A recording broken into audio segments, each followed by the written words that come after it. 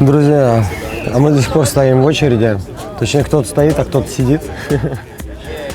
В очередь в латышский павильон очень долго, и мы стоим и ждем перформанс, который получил «Золотого льва» на 58-й биеннале в этом году.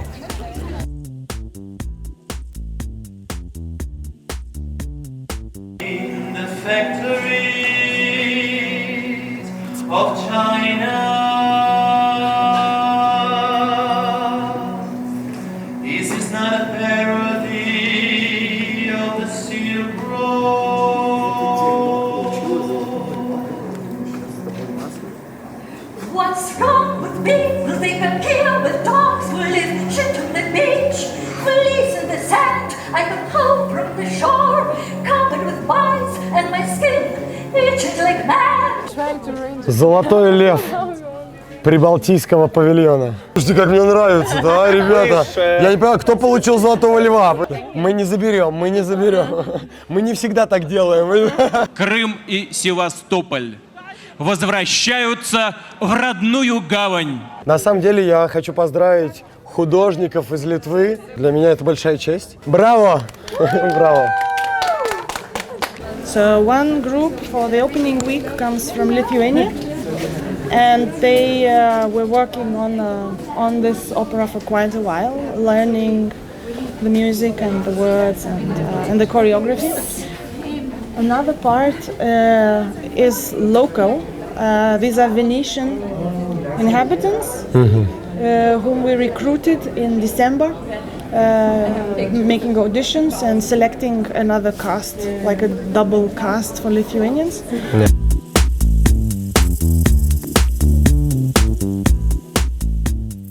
Ну что, после прекрасного перформанса и вручения «Золотого льва» мы пришли в ресторанчик в переулке Венеции. Виктор, расскажите, пожалуйста, что вот в этом году из себя представляет 58-я биеннале? Какие тенденции вообще есть на фоне этого биеннале в мире современного искусства, что его ждет? И как ваши впечатления личные от увиденного? Ну, смотрите, мы только что, не только что, мы начали сегодня утром с обсуждения биеннале, да? Мы затронули темы какой-то общей атмосферы, такой немножко декадентской, упаднической. Мы говорили о том, что много чего-то такого галерейного есть в этой биеннале, да, то есть искусство скорее близкого к коммерческому, чем к каким-то очень радикальным, инновативным формам. И так далее, да, мы довольно долго обсуждали. Но при этом вот мы сейчас потом пошли смотреть литовский павильон, который получил «Золотого льва». И, может быть, голубого тоже. Да, но при этом вот этот павильон, который вот был признан лучшим, не имеет никакого отношения ко всему тому, что мы обсуждали до этого. Вот, то есть это подтверждает то, что современное искусство слишком сложное, слишком многослойное. В нем одновременно есть очень разные линии тенденций. Поэтому даже такая большая выставка, как Венецианская биеннале, такая комплексная, да, которая делает очень много разных людей и так далее, она все равно не может исчерпать ситуацию. Так что по биеннале мы не очень можем вынести некое окончательное суждение. Мы можем просто сказать, что есть и это, есть и такая возможность. А павильон литовский очень солнечный, почти в прямом смысле этого слова. Да? Очень радостный, очень легкий, очень поэтичный, очень совершенно не галерейный, а наоборот, абсолютно перформативный, почти театральный, почти оперный. Абсолютно независимая так что вот, пожалуйста, вам пример того, как ничего вывести окончательного нельзя.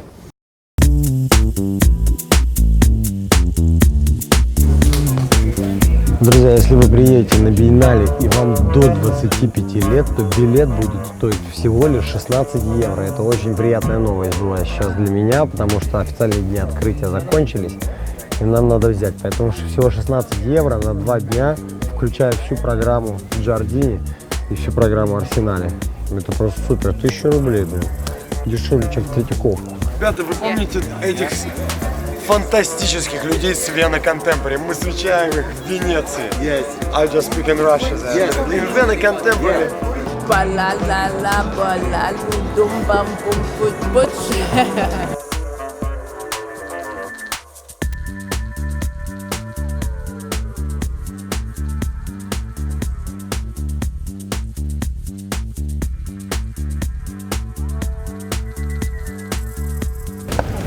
Немножко хочется рассказать про историю павильонов. Павильоны строились в течение всего 20 века. Каждая страна строила свой павильон сама, на собственные средства. И в строительстве павильонов участвовали лучшие архитекторы. И наш павильон, конечно же, не исключение. Российский павильон был построен здесь, в садах Джардини, в 1914 году. И спроектирован он известным российским советским архитектором Алексеем Викторовичем Щусевым.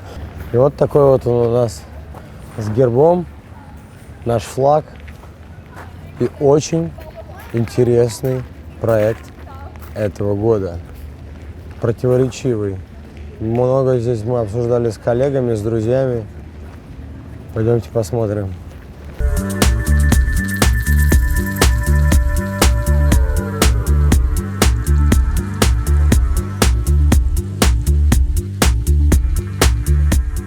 После того, как на первом этаже мы увидели возвращение блудного сына, ожившие полотна, как на артплее и Рембрандта, мы спускаемся в ад. Но знаете, есть ощущение, что я уже в аду.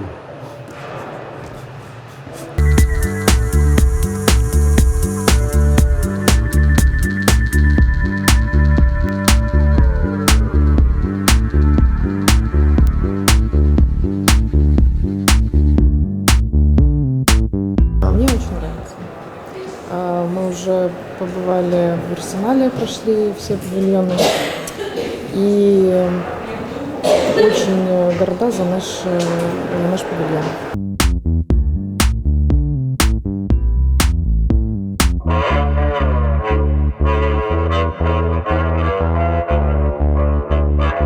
Во-первых, это не современное искусство, да? Абсолютно согласен. Во-вторых, это визуально тоже, ну, как бы ноль, скажем, да? Это, ну, как бы концепт невнятный, все за...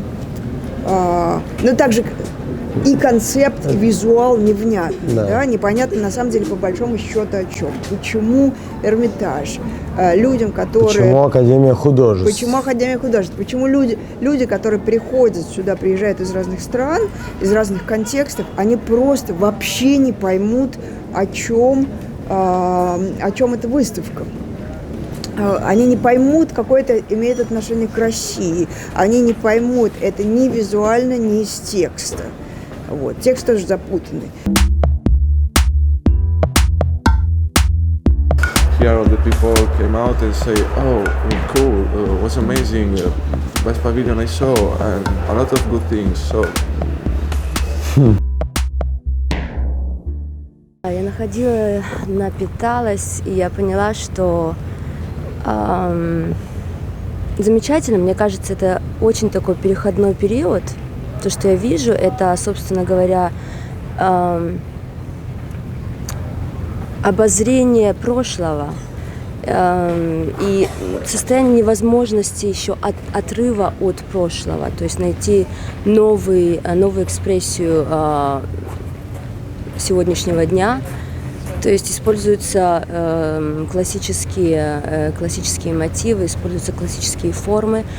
Я считаю, что, как Сергей Попов, кстати, сказал, это симптоматика диагноза.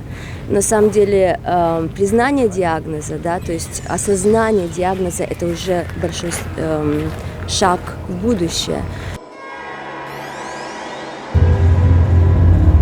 Никаких. То есть даже не, ничего, передо мной не надо, не я его делал, этот павильон, я никакого отношения не имею. В смысле не вызвал и не положительных, и не отрицательных, просто нейтральным оставил. Вот это интересно, такого еще не было у меня. So I think it's a kind of depressive. Perhaps Time will live in the future. Yes. perhaps We feel we live in a Worried. depressive. Yes. We feel worried after seeing all this. Here. No, not here.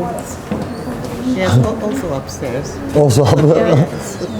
We almost stopped by the entrance and walked out again. Yeah, because it was so depressing. I really like it. It's very dark and the atmosphere is dark and it's very interesting. So because these things are moving and red light now, and it's very interesting. We've never been to Russia, so it's kind of new for us. So, and now you think, after this pavilion, you think that Russia looks like this? No. We are waiting for them to start dancing. And that's like the traditional dance, or? I'm not sure that this is Russian traditional dance. No. Мне показалось интересным то, что оба художника решили реагировать на Эрмитаж, на идею музея. Это тоже говорит о павильоне как о каком-то очень цельном драматургически организме. Вот, дальше, наверное, надо уже оценивать работы, но в данном случае вы спрашивали не про работы, вы спрашивали про павильон. Так что мне кажется, что павильон вполне любопытный, вполне достойный. Ну что ж, после того, как мы опросили много иностранцев и много русских людей, наших соотечественников по поводу их впечатления по русскому павильону, я делаю вывод, что он вызывает неоднозначные эмоции, друзья. Но еще я хочу сказать, что на фоне тех павильонов, которые я увидел в Саде Джардини, а некоторые павильоны, на мой вкус, были настолько бледными, настолько незапоминающимися. Все-таки это биеннале, друзья, Венецианская биеннале. Каждая страна готовится к этому 2 года.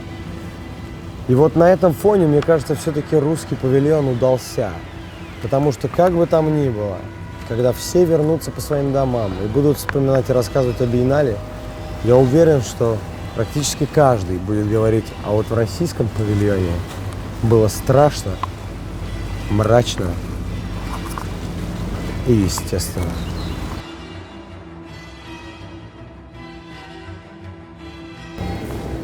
Друзья, здание, где мы сейчас находимся, еще раз называется Арсенал. Арсенал был построен в конце 16 века. Он всегда являлся, знаете, мощью военной, экономической, политической, мощью города, мощью Венеции. Арсенал как площадка биеннале стала в 1980 году, после того, как первый раз здесь прошла первая международная архитектурная выставка. С 1980 года до сих пор уже 49 лет Арсенал также является основной площадкой Венецианского биеннале после садов Джардини. Архитектором Арсенала стал Антонио де Понти, тот же архитектор, который построил знаменитый мост Риальто.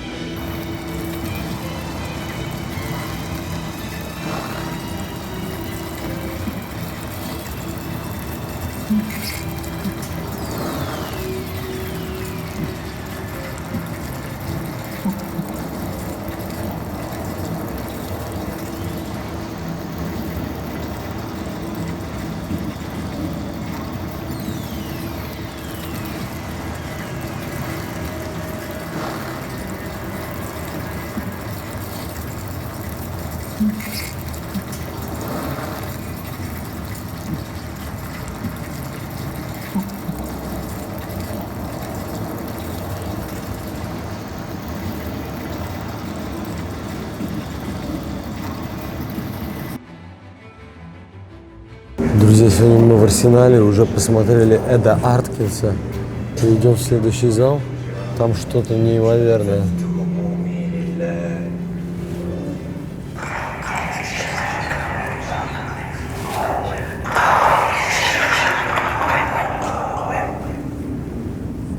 فعلي نادى من قبره قاوم يا شعبي قاومهم.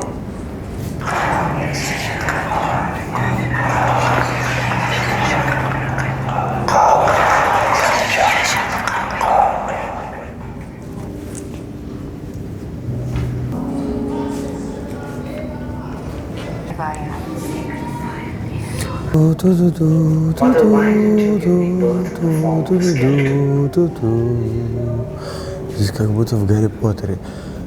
На каждую пику насажен листок опять с четверостишьем какого-то известного поэта разных культур и разного мира. Все написано на разных языках. И вот эти вот все микрофоны по очереди читают эти четверостишие. Слышите? Вы слышите, что творится вообще? Я очень хочу дождаться Лермонтова. Пойдемте посмотрим на Бродского.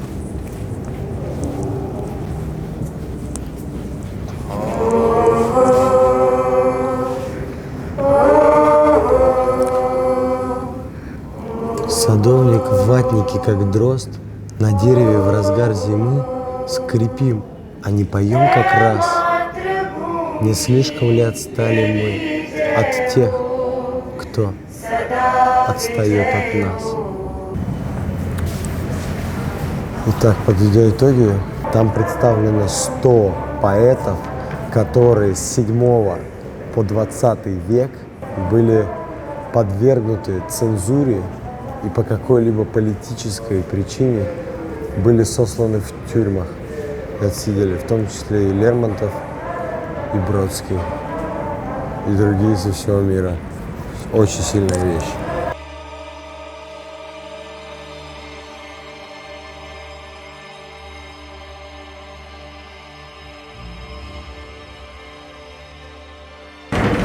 Арсенал на самом деле мне нравится лично больше. С больше каких-то вещей, которые, знаете, сразу вот как наш российский повелитель. Вот здесь такого больше. И вот эта инсталляция, смотрите, вот эти жуткие, знаете, как вот, когда по городу идешь, и холодно, и наклеено, на такие стекла на остановке, наклеены люди, которые там пропали без вести или разыскиваются. И вот здесь художник передал именно этот эффект. Стекло трясется, как будто от ветра, чтобы тебе казалось все зловеще. И здесь составлены портреты людей, которые пропали без вести. Много очень молодых людей. Мальчик. Написано, что вознаграждение за то, кто даст о нем хоть какую-то информацию, $100 000. Вообще, если честно, как-то диковато. Надеюсь, что хоть кто-то из этих людей нашелся.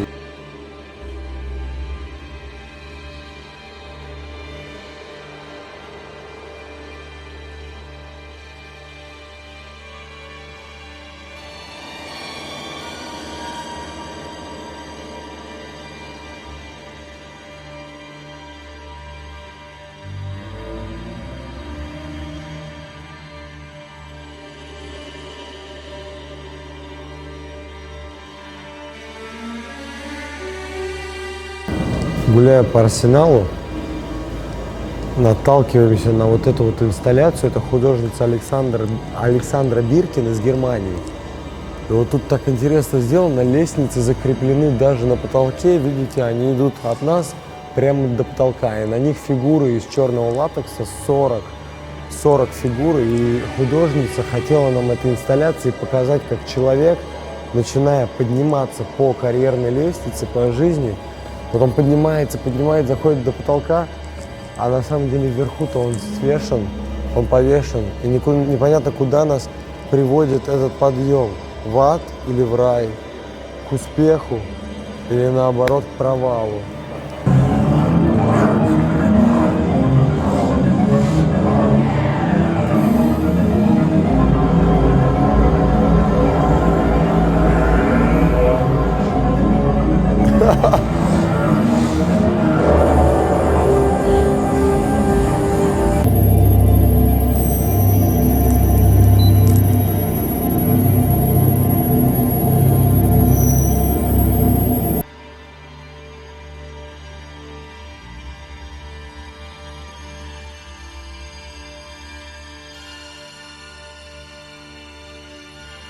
Друзья, Жанна Кадырова. Yeah. Yeah. And then this one This stand was champion on Basel in Art Miami. that night, like for the other one, yeah, this is what like this called market. Market? Actually, it's not market. It's a fake market. Yeah, of course. And then and then also like her artworks. Also, there is another installation in Giardini. Yes, again in the main pavilion. Yes, exactly, and central pavilion. So, and the last one? And then this one Yeah. is sculptures made by Handi Wirman Saputra. Virman Saputra? Handi Wirman Hendi Virma Saputra. Saputra, okay. So he's from Indonesia. Uh-huh. And the sculptures also representing represent like Indonesian culture and the philosophy from Indonesian people. So for example, like we use the materials that Indonesian people always use it, like sarong. I don't know. So it's Yeah, but actually usually you use it like for Indonesian people use it like for praying somehow. Uh-huh, and yeah, also- yeah. Oh, But okay. he used Yeah. it like in the symbol.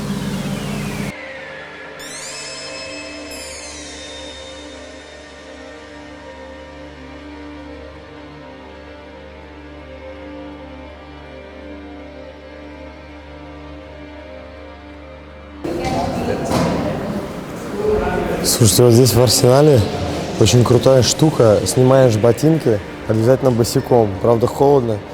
И ходишь по стеклу, а под тобой, я вот только не понимаю, как они это сделали. А, там зеркало, да? Но они сделали зеркало, а такое ощущение, что глубина просто гигантская. Посмотрите, это гениально. То есть только маленькая часть сделана, все остальное зеркало. Друзья, вот это самое страшное место на всей инсталляции Ромы здесь, потому что здесь просто пропасть.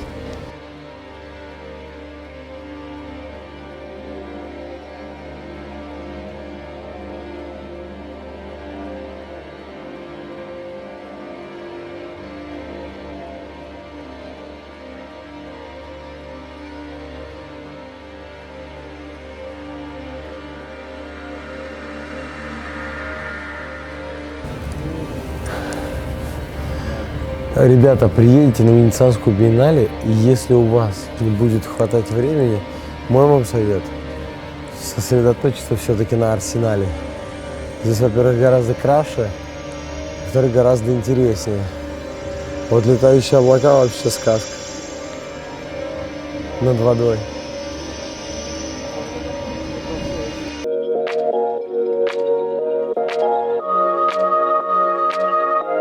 В Арсенале мини-вапоретто переводит тебя с одной части на другую, поэтому если будете, обязательно учтите это. На той стороне Арсенала ничего не заканчивается, вапоретто бесплатные.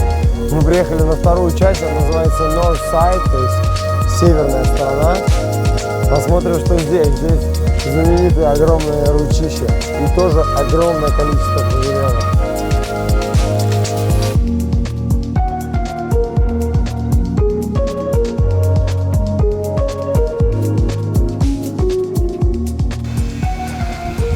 Самая грандиозная инсталляция на 58-й Венецианской биеннале.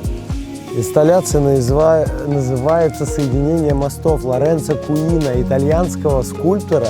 И мы можем видеть, как 6 гигантских рук, 6 ладоней соединены над Венецианским каналом. И эта инсталляция, он хотел показать, что мир должен уметь договариваться, мир должен уметь идти навстречу друг другу, что нужно быть дипломатами. Но только что вышел охранник и не хотел нас пускать, поэтому договариваться плохо получается, даже на фоне этой инсталляции. Но на самом деле Лоренцо Куин также был участником 57-й Венецианской биеннале 2 года назад, в 2017 году. Тогда его инсталляция, торчащая из Гранд-канала, его руки, поддерживающие 5-звездочный отель, произвели огромное впечатление на венецианцев и всех гостей биеннале. И это дало ему очень большую известность как скульптора.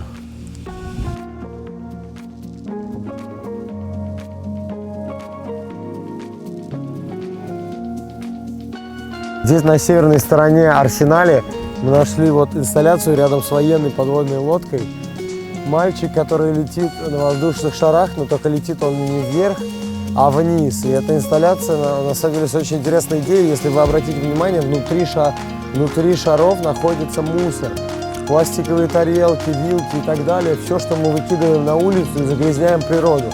А шаров 8 штук, потому что, как известно, 7 грехов существует.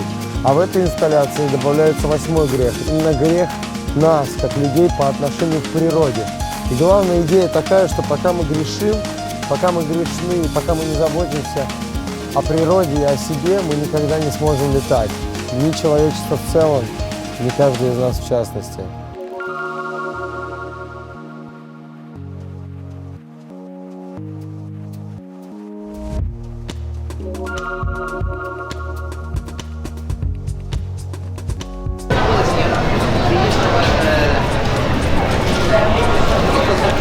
Ребята, эксклюзивная информация только в арт-патруле.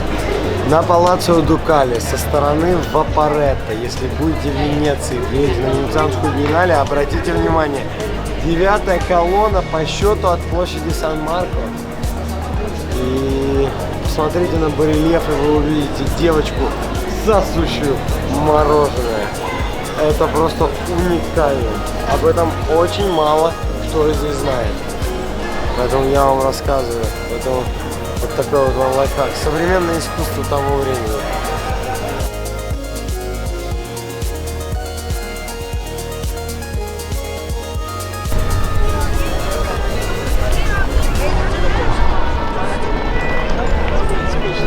Ребята, вот и закончилось это, не побоюсь этого слова, невероятное приключение по Венецианской биеннале. Это были просто сумасшедшие 5-6 дней. Мы выжаты как лимоны, но мы счастливы. Я хочу поблагодарить всех тех людей, которых встретил в этом городе, которые были со мной. Корзун, ты великолепен, спасибо тебе. Глеб Смирнов, этот русский гений, живущий в Венеции. Огромная радость была познакомиться с таким человеком. Другие наши друзья, ты, брат мой, который меня сейчас снимает, Ромка, Алина, все. Ребята, я хочу сказать, что сама Венецианская биеннале в целом меня очень порадовала. Смотрите «Арт-патруль», друзья. Любите искусство и будьте счастливы. А мы поедем в аэропорт, в Кишинев.